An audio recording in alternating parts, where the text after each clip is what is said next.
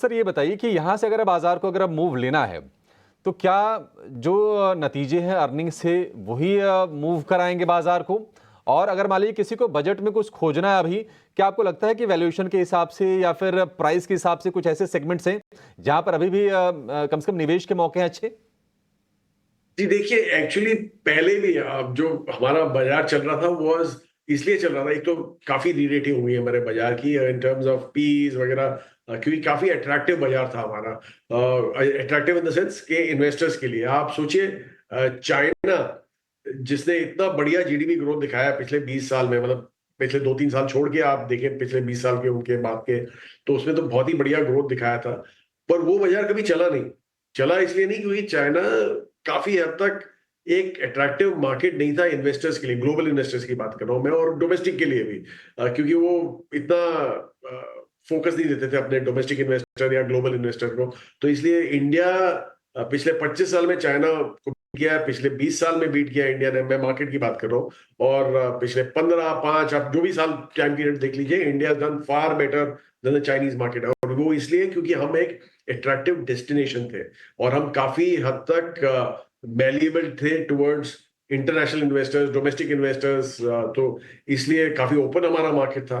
अभी अगर जो आप वो कंट्रोल करोगे तो जो मैं जैसे मैंने बोला, चाइना ने ऑलरेडी ब्रिजेस बना दिए हैं, रोड्स बना दिए हैं, पोर्ट्स बना दिए हैं, उनके इंफ्रा A1 इंफ्रा है उनके पास, फास्ट ट्रेन्स है वगैरह सब है, जो भाई हम कर रहे हैं। फिर भी उनका मार्केट नहीं चला। तो आप सोचिए कि आप इन्वेस्टर के बगैर आप ये नहीं कर सकते। तो उसको अट्रैक्शन थोड़ी चाहिए होगी और वो थोड़ा मैलिएबिलिटी चाहिए होगा।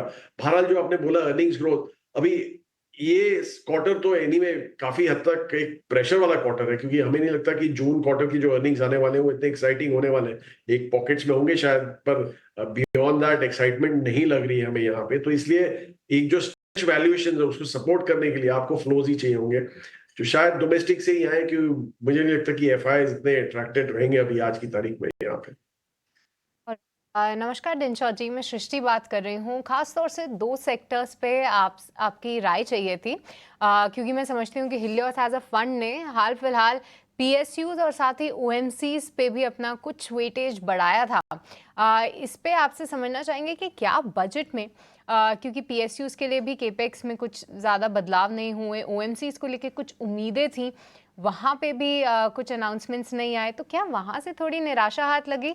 और बजट के अलावा भी क्या वो जो आपका लॉन्ग टर्म स्टोरी वो इंटैक्ट है इन सभी में? क्या ये प्लेज अभी भी पसंद आ रहे हैं?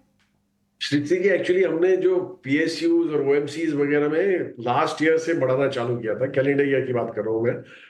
और एक्चुअली शायद जून से हमने अपना वेट थोड़ा कम करना चालू कर दिया था, बिकॉज हमें लग रहा था कि अभी यहाँ पे जो एक स्ट्रेच वैल्यूएशन थे वो हमें अपील नहीं कर रहे थे सब दोनों स्पेस में। I mean PSUs as well as OMC. OMC तो इनफैक्ट हमारे सारे जीरो कर दिए हमने। तो हमारे पास अभी एक भी ओएमसी नहीं है आज की तारीख में। तो वो किया हमने। और पीएसयूज में भी हमने थोड़ा छांटना चालू कर दिया था, क्योंकि हमें लग रहा था कि अभी यहाँ से एक पुश आना बहुत मुश्किल है, given the constraints of the fiscal front. तो इसलिए हमने वो भी एक हद तक कम किया है। बहरहाल आपने जो बोला कि आगे चल के क्या लगता है, ऑब्वियसली एक वैल्यूएशन कंफर्ट आना चाहिए यहाँ पे, जो आज की तारीख में तो नहीं है। अगर जो आगे चल के होता है स्टॉक्स में करेक्शन, लाइक ओएमसीज में तो आगे करेक्शन हो रहे हैं, लेकिन हमें अभी भी कंफर्ट नहीं है, क्योंकि हमें लगता नहीं है कि क्रूड अभी सस्टेन करेगा। क्योंकि आपकी दो मेजर जो इकोनॉमीज है वो काफी प्रेशर में है। मैं यूएस और चाइना की बात कर रहा हूँ। तो उसके चलते हमें लग रहा है वहां पे भी थोड़ा, तो इसलिए संभल जाए तो बेटर है यहाँ पे इस स्पेस।